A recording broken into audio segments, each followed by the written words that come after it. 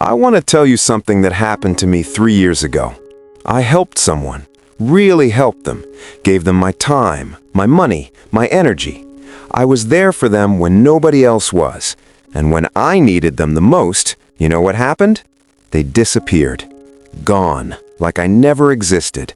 And I sat there thinking, what just happened? Why do I feel so empty after doing something good? That night, I realized something that most people never talk about. Helping others has a cost, a real cost.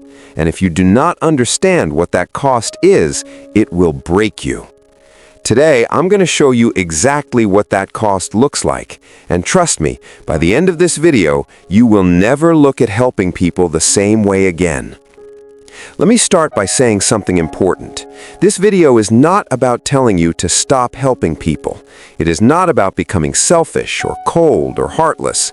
Helping people is one of the most beautiful things a human being can do. But here's what nobody tells you. If you do not help the right way, it will destroy you. Slowly, quietly, and by the time you notice the damage, it is already done. So let me take you through what I've learned, not from books, not from some motivational speech, from real life, from my own experience, and from watching the people around me break themselves trying to be good to others. Let us start with the first cost, and this one is the sneakiest because you don't even see it happening. The cost of your energy.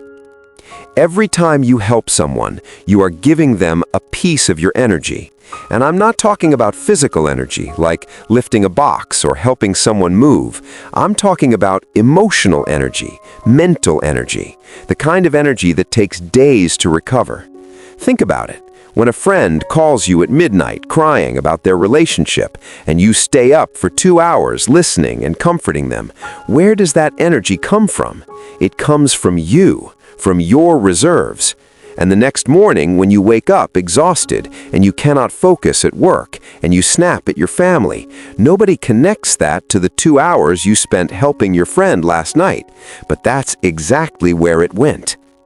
I had a period in my life where I was everyone's go-to person. Every friend, every family member, every coworker, whenever someone had a problem, they came to me. And I said yes every single time. I listened, I gave advice, I showed up, I was there. And you know what happened? I burned out completely. I had nothing left for myself. My own problems started piling up because I had no energy to deal with them. I was so busy carrying everyone else's weight that I forgot I had my own to carry. And the worst part? Nobody noticed. Nobody looked at me and said, "Hey, are you okay?" Because when you're the strong one, the helper, the fixer, people assume you're fine. They never think to check on you, because in their mind, you're the one who does the checking. That's the first cost, your energy, and it's expensive. The second cost is your time. Now this one seems obvious, but let me explain why it's more dangerous than you think. Time is the only thing you cannot get back. Money comes and goes, energy recharges eventually, but time, once it's gone forever. And when you give your time to someone else's problems, you're taking it away from your own life. I once spent an entire weekend helping a cousin set up his new business. I skipped a family event. I canceled plans with my friends. I didn't work on my own project that I had been putting off for weeks. I gave him my whole weekend, both days, morning to night. And a month later, when I asked him for a small favor, he said he was too busy. Too busy. The same person I gave 48 hours of my life to could not give me 30 minutes of his. And that hurt. Not because I expected something in return, but because it showed me how little my time meant to him compared to how much his problems meant to me. That's the thing about time. When you give it freely, people stop valuing it. They start expecting it, and eventually they start feeling entitled to it. Your time becomes their right instead of your gift. Be very careful who you give your time to, because every hour you spend on someone else's emergency is an hour you're not spending on your own dreams, your own health, your own peace. The third cost, and this one is painful, is your money. Let me tell you a story, and I know a lot of you will relate to this. A few years ago, a close friend of mine was going through a really tough time financially. He couldn't pay his rent, he was about to get kicked out of his apartment, and he came to me. He didn't even have to ask. I could see it in his face, so I gave him money. A good amount, not a small loan, a real chunk of what I had saved. And I told myself, it's fine, he's my friend. He'll pay me back when things get better. Things got better for him. He got a new job, he moved to a nicer place, he started going out and spending money on dinners and trips. And my money? He never mentioned it again, not once, like it never happened. And I was too uncomfortable to ask, because asking felt like I was being The sixth cost is your relationships. Now this one is tricky. You would think helping people would make your relationship stronger, and sometimes it does. But often it does the opposite. Here is what happens. When you become the helper in a relationship, whether it's a friendship or romantic relationship or a family relationship, it creates an imbalance. One person is always giving, the other is always receiving. And over time, that imbalance creates resentment on both sides. The giver resents the receiver because they feel unappreciated. And the receiver actually starts resenting the giver too, not because they're ungrateful, but because they feel guilty. They feel like they owe you, and nobody likes feeling like they owe someone. So instead of being thankful, they pull away. They avoid you. They start treating you badly because your presence reminds them of their own weakness. I've seen this happen so many times. Someone helps a friend through a tough time, and afterwards the friendship is never the same. Not because something bad happened, but because the dynamic shifted, the balance was broken, and neither person knew how to fix it. If you want your relationships to survive, be careful about how much you give. Helping is good, but over-helping creates dependency. And dependency kills respect. And without respect, no relationship can survive. The seventh cost is something I call the expectation trap. Once you help someone once, they expect you to help them again and again and again. Every time they have a problem, guess who they call? You, because you showed up last time, so obviously you'll show up this time too, right? And if one day you say no, if one day you're tired or busy or just don't want to, they get upset. They get offended. They act like you betrayed them, even though all you did was set a boundary for the first time.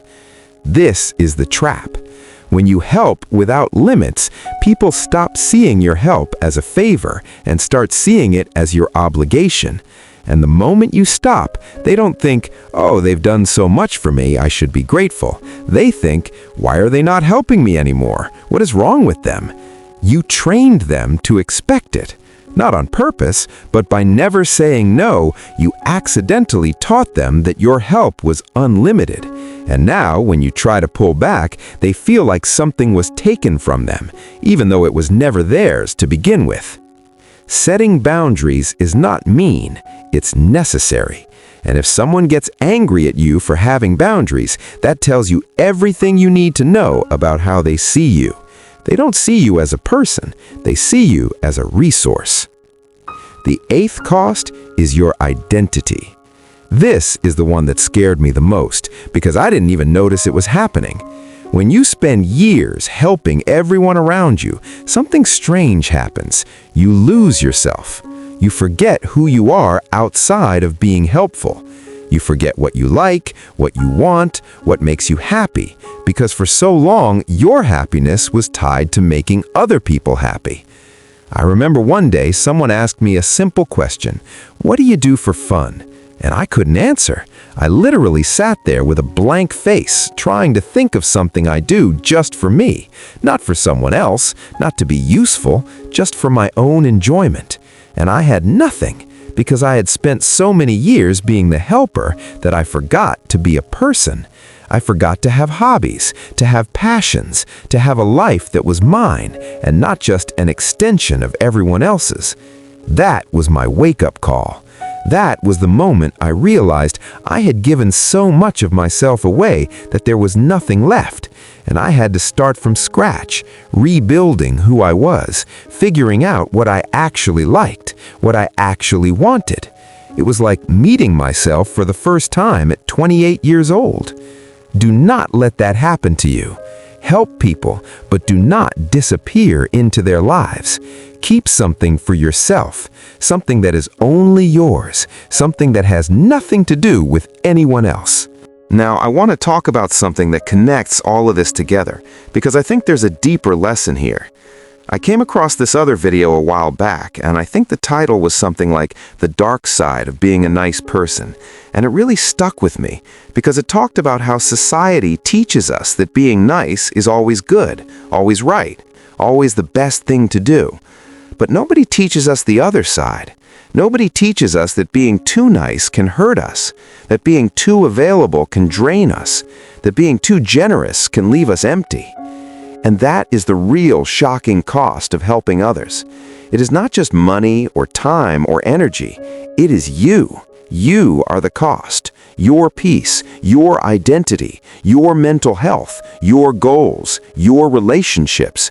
You put all of that on the table every time you help someone without boundaries, and sometimes you do not get any of it back. So, what is the answer? Do you just stop helping people? No, absolutely not. The world needs more kindness, not less. But you need to be smart about it. You need to help from a place of fullness, not from a place of emptiness. You need to give from your overflow, not from your reserves. And you need to understand that saying no is not selfish. Setting limits is not cruel. Taking care of yourself first is not wrong. It is the only way you can keep helping others without destroying yourself in the process. Think of it like this. On an airplane, they always tell you to put your own oxygen mask on first before helping others. Why? Because if you pass out trying to help someone else, now there are two people who need saving instead of one. The same thing applies in life. If you break yourself trying to fix everyone else, now you are broken too. And who fixes you? Nobody, because the helpers never get helped. That is the unspoken rule, and it is a rule we need to break. So here's what I want you to take from this video. Help people, but help yourself first. Be kind to others, but be kind to yourself too. Show up for the people you love, but make sure you are also showing up for yourself. Because at the end of the day, the most important person you will ever take care of is you. And if you are not okay, nothing else works. Your friendships do not work. Your family does not work. Your career does not work. Your life does not work. You are the foundation. Take care of the foundation, and everything built on top of it will be strong. Neglect the foundation, and everything crumbles, no matter how many people you helped along the way. That is everything I wanted to share with you today. I know this was a heavy one, but I think it's something a lot of people need to hear, especially the ones who are always giving and never receiving. You deserve better, and it starts with understanding your own worth. If this video made you think, even a little bit, if it made you see something you have been ignoring, then do me one small favor. Hit that like button. It takes 1 second, and it really helps this video reach the people who need it most. And if you want more honest, real conversations like this, about life and growth and becoming a better version of yourself, then subscribe to Next Peak. This is what we do here. We talk about the stuff nobody else wants to talk about. I'll see you in the next one. Take care of yourself first.